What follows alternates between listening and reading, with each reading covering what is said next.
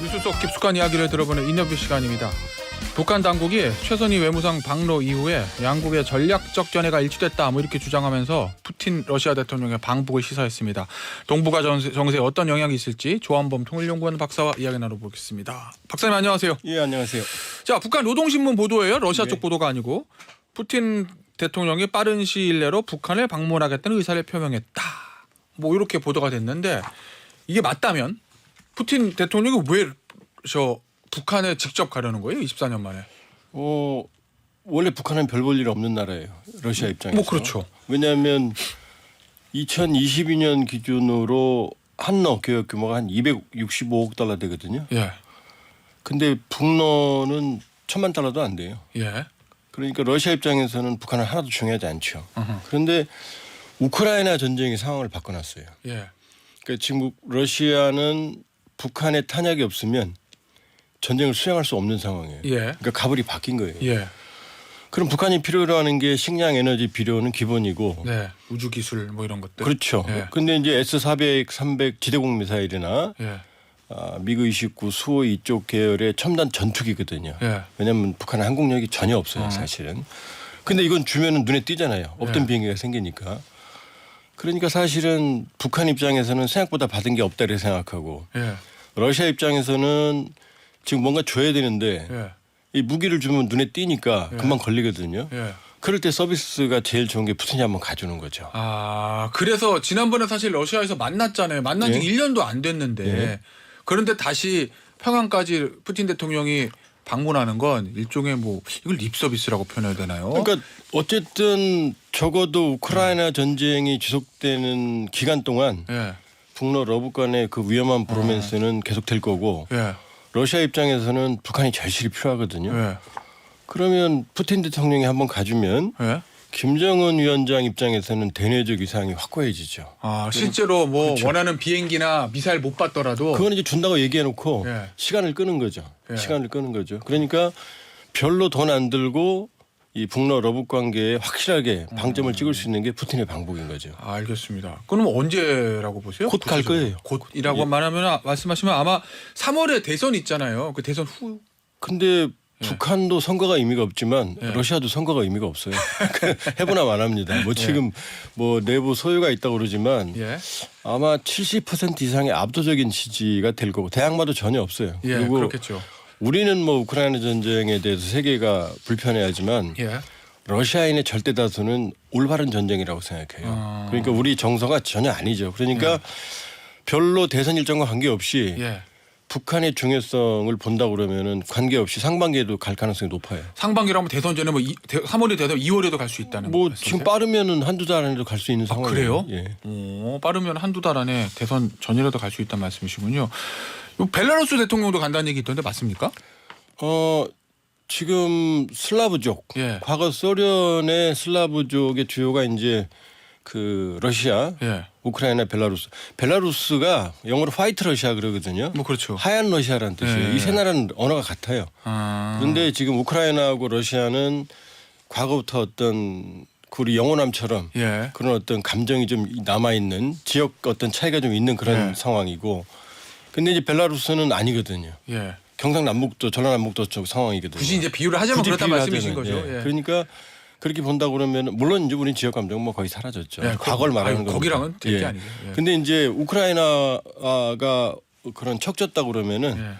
벨라루시는 뭐 거의 형제처럼 지내니까 우크라이나 전쟁 때도 벨라루스가 뭐 전적으로 같이 참전한다까지 얘기한 상황이니까요. 예, 알겠습니다. 자, 그러면 이렇게 러시아하고 저 북한이 붙어버리면 너무너무 밀착해버리면 중국도 아니고 거기에 뭐 벨라루스까지 뭐 그렇게 연대를 하게 되면 우리 동북아 안보 질서에는 뭐 어떤 변화가 생기는 거예요? 안 좋은 거 아닙니까? 지금 러시아, 북한이 밀착을 하면 예, 일단 원래 유럽과 미국은 러시아를 지치게 해서 빨리 전쟁을 끝내는 거였거든요. 예. 근데 북한산 탄약이 가니까는 러시아가 힘을 내거든요. 버티겠죠? 근데 지금 아직은 러시아가 간을 보고 있지만 S-300, 400 지대공 미사일이나 예, 구형 미그 29나 뭐 SU-30, 뭐 35는 안 주겠지만 예. 구형 미그 29만 줘도 우리한테 위협이 되거든요. 그러니까 양쪽의 이 위험한 구형 브로맨스는 미국이면 그렇죠. 한반도와 동부 유럽의 안보를 동시에 위협을 하는 거예요. 예. 알겠습니다. 그러면 원래 중국의 죄송합니다. 북한의 전통적인 혈맹은 중국이잖아요. 예. 그럼 러시아하고 북한이 이렇게 가까워지게 되면 중국은 어떤 입장이에요? 중국은 입장이 난처하죠. 왜냐하면 러시아하고 북한은 국제 왕따거든요. 예. 그러니까 북한은 핵 문제로 대북 제재, 예. 러시아는 서방의 제재. 예. 그러니까 둘 다 정가 시범인데 예. 중국은 그렇지 않거든요. 예. 정가가 없거든요. 현재로 봐서는. G2니까. 그러니까요. 그러면 지금 한미일 그다음에 나토까지 인도태평양으로 압박을 하니까 예. 북중러 연대는 필요한데 예. 그렇다고 해서 러시아 북한의 어떤 뭐 좀 심하게 말하면 정가자들 모임에 끼면 예. 자기들 국제 공급망에서 위치가 위태로워지거든요. 그러니까 버릴 수도 없고 좋아할 수도 없고 예. 또 이 북한에 대한 영향력이 절대적으로 그러니까 북한의 수출입의 95%가 중국이거든요. 예. 그렇죠. 근데 러시아라는 돌파가 생겨버리면 예. 중국의 북한에 대한 영향력이 더 줄어들거든요. 그러니까 이것도 머리가 아프죠. 그러니까 중국으로서는 상당하다. 상당히 좀 난처한 입장이다. 낄 수도 없고 안 낄 수도 없고 예. 버릴 수도 없고 그러는 원래 북중 관계가 애증의 관계가 있는데 예. 그러니까 중국으로서 아주 편한 상황은 아니에요. 그럼 결국 중국은 어떤 선택을 할 거로 보세요? 느슨한 연합을 하겠죠. 느슨한 연합. 느슨한 연합을 유지해 나가겠죠. 예, 알겠습니다. 조금 좀 다른 주제를 좀 볼게요. 지난 15일이죠. 북한이 공개한 기록 영화 보니까 김정은 국무위원장이 새 자동차 이건 뭐 저 많이 보도됐던 사진이에요. 지금 유튜브로 나갑니다. 저 뒤에 벤츠 마히바흐 SUV 이거 아무리 적게 줘도 우리 돈으로 2억 5천만 원이라고 그러는데 이 원래 사치품이니까 들어가면 안 되는 거잖아요. 북한에. 안 들어가는 거 못 들어가죠. 아침 신문 보니까 벤츠 본사에서도 이거 어떻게 들어가는지 모르겠다라고 그러는 상황이던데 이거 어떻게 들어간 거예요 여기? 일단 중고로 들어가면 예. 벤츠고 관여할 수 없죠. 중고로 들어가면 예. 예를 들면 이제 내가 이제 우리 김 변호사님한테 벤츠를 팔았어요. 예, 그럼 이제 그 여기까지 거래가 되는데 예. 김 변호사님 누구한테 파는지 아무도 모르잖아요. 그렇죠. 또 하나는 북한의 해외 공작원들은 보통 여권이 한 10개쯤 돼요. 이름이 한 10개쯤 됩니다. 그래요? 예. 그러니까 여러 이름을 국적도 많으니까 예. 막을 수가 없죠 사실. 아 그러면은 다른 이름을 예를 들어서 뭐 우리나라 여권도 있을 거고 대한민국 여권 이용이나 러시아 여권 이용해서 사면 그렇죠. 그걸 막을 수가 없다. 막을 수가 없죠 현실적으로. 그래서 우회해가지고 들어가는 겁니까 예, 예. 북한으로? 그러면 이러면은 뭐 안보리 대북 제재 있잖아요. 그 대북 제재 중에 뭐 무기나 이런 것만 있는 게 아니라 사치품도 있지 않습니까? 왜냐하면 김정은 입장에서 사치품을 사가지고 아버지 김정일 때부터 그러는데 자기 측근들한테 나눠주면서 권력을 유지한다 뭐 이런 얘기도 있었는데 그게 사치품 못 들어가게 하는 대북 제재가 아주 무색한 거 아니에요? 하나마나 아니에요 이렇게 되면? 지금 사실은 이제 그런 사치품 같은 경우는 이제 노동당 39호실이나 예. 대외 공작원들이 나와서 심지어는 평양에서 직구도 해요. 거점으로. 그러니까 직구도 해요. 그러니까 김주의 이런 물품을 다 직구합니다. 예. 베이징 나와 있는 거점이나 아니면 GC로. 그러니까 베이징에서 직구하고 평양에서 직구할 수 있는 거죠. 그러니까는 예. 막기는 어렵고 김정은 체제 초기에는 이제 견장 정치라고 해서 채찍만 썼는데 예. 요즘에는 이제 아버지가 했던 김정일식 선물 정치도 좀 하고 있어요. 아, 그 아버지 때 많이 했다고 아버지 알려졌잖아요. 때는 선물 정치가 사실은 그 주요한 권력 유지 기반이었는데 예. 김정은 시기에는 견장 정치라고 그래서 이 채찍을 좀 주로 사용했는데 최근에는 보니까 선물 정치를 다시 재개하는 그런 흐름이 좀 나타나요. 그러면 이제 대부 사치품들 제재된 품목이 그게 우회해가지고 북한으로 들어가는 일이 계속 많아질 거란 말씀이신 거예요? 이제 더 많아지겠죠. 왜냐하면 이제 러시아가 예.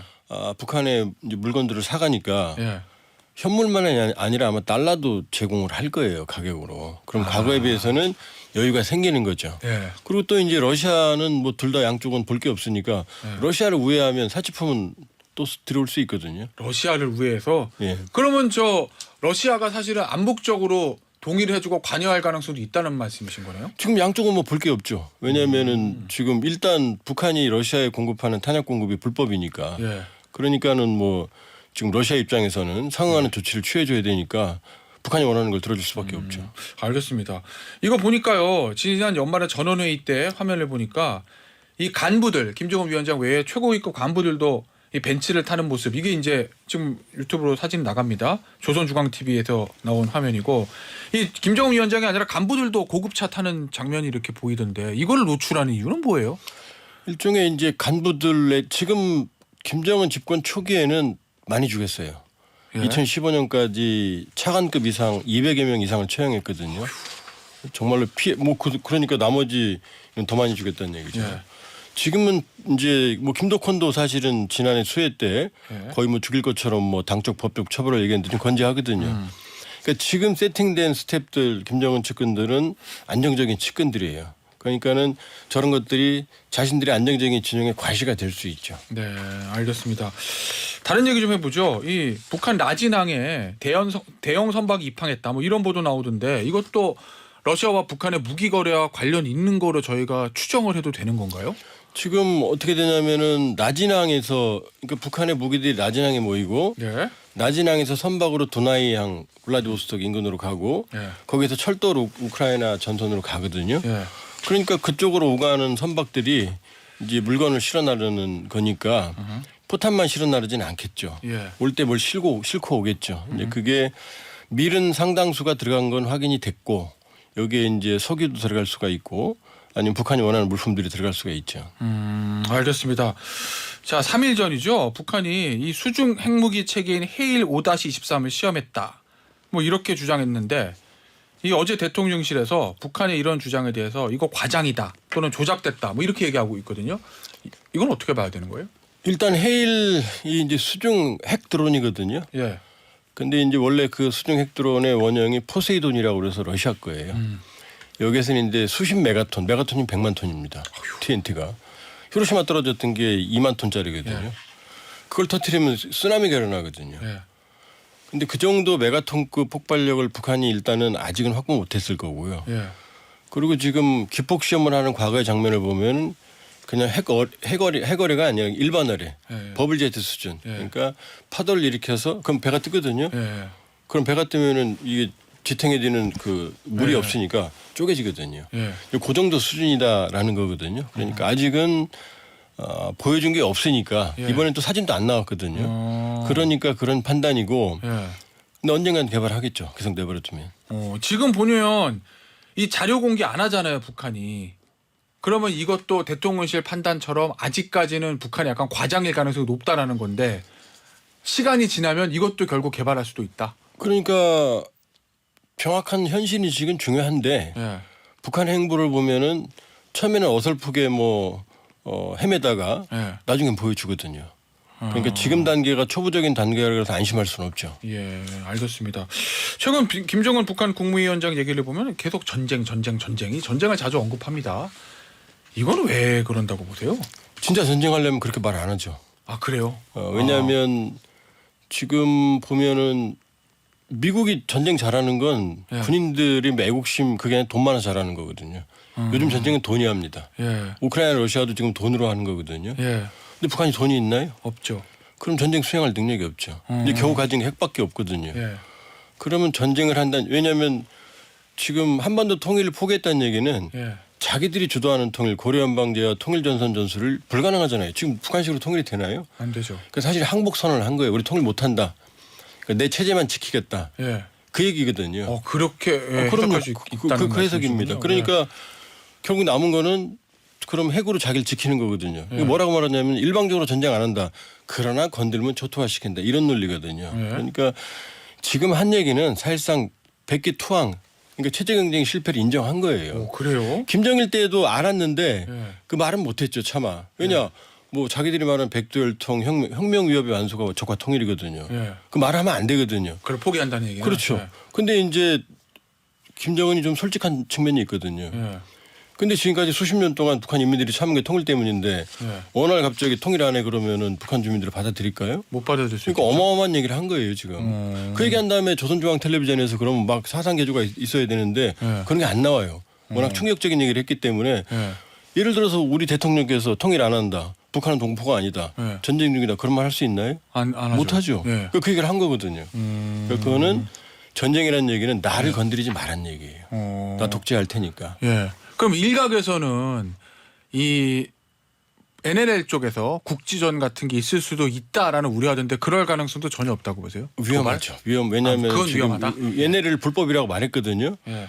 근데 엄밀히 보면 북한은 해군력이 없어요. 군군력, 해군력이. 예. 연평 해전이나 이런 때도 북한이 괴멸당했거든요. 사실 예. 우리가 기습당해서 좀 가슴 아픈 참수리 357전 같은 경우는 있지만은 연평도 포격전 때도 북한 진지가 괴멸됐어요. 우리도 희생했지만. 그러니까 명시적인 도발은 안 하겠죠. 예. 근데 핵을 가지고 있으니까 핵 지렛대 전략이라고 그래서 무섭지 뭐 이 정도는 할 수 있지만 예. 직접적인 도발하면은 지금 우리도 뭐 지금 우리 한국군이 2배, 3배 응징한다고 얘기했으니까 입증해야 되거든요. 예. 그럼 그것도 터질 수밖에 없죠. 그렇다고 핵을 쓸 수 있는 것도 아니고. 예. 그러니까 긴장은 고조되지만 예. 직접적으로 명시적인 도발하기는 쉬운 상황은 아니에요. 알겠습니다. 자, 마지막 질문 될 것 같은데요. 지난해 박사님 북한의 이탈 주민이 196명인데 이 중에서 2030 젊은 탈북민이 절반 이상이란 거라는 거거든요. 이건 어떻게 해석해야 됩니까? 우리도 2030 MZ 세대들 기성세대 말 안 듣잖아요. 북한도 마찬가지입니다. 그래요? 자기들대로 하거든요. 예. 아무리 뭐 수령해도 지금 뭐 한류 BTS 듣는 사람들이 예. 맨날 김일성 항일 뭐 그다음에 김정은 뭐 현지 지도 그거 보고 양해차나요? 그러니까 통제가 안 되죠. 그럼 예전에 북한도 기성세대는 당성 뭐 이러면서 강하게 통제를 했는데 그게 이제 느슨해진다는 말씀이에요? 그렇죠. 우리도 세대별로 보면은 예. 젊은 세대로 갈수록 통일의식이나 이런 게 약화되잖아요. 예. 그 윗세대로 갈수록 공동체 의식이나 집단 의식이 좀 강하거든요. 예. 그렇게 보면 북한도 MZ 세대, 그 MZ 세대의 그 특징이 사실은 양면적이죠. 예. 약간 자유롭지만 그게 또 새로운 창의성으로 국가 발전을 이끌어가거든요. 예. 그러니까 북한도 MZ 세대 통제는 불가능하니까 뭐 MZ 세대 사양했다 이런 얘기까지 나오는 거죠. 그 말씀하신 최근에 이 중학교 3학년 북한 학생 둘이 대중 앞에서 수갑찬 모습이 공개되면서 12년 노동 교화형에 처해졌다. 그런데 그 이유가 우리나라 드라마 봤다는 거거든요. 드라마 하나 본 걸로 12년 노동 교화형 이렇게 공개 처벌하는 게 굉장히 좀 너무 심하지 않나 이런 생각이 들던데 그것도 앞서 말씀하신 그 MZ 세대들의 이탈 이거랑 관련이 있다는 말씀이신 거예요? 그렇죠. 그러니까 극약 처방을 하는 거죠. 그건 약과예요. 그러니까 보면 15년인데 최대 예. 만들어 팔면 사형이에요. 그래서 청소년이 처형된 사례도 있어요. 아 그래요? 그러니까 예. 북한 체제는 사실상 거의 끝에 왔다. 이렇게 봐야죠. 알겠습니다. 자 오늘 저 인터뷰는요 여기서 마무리하도록 하겠습니다. 지금까지 조한범 통일연구원 박사였습니다. 감사합니다. 예, 고맙습니다.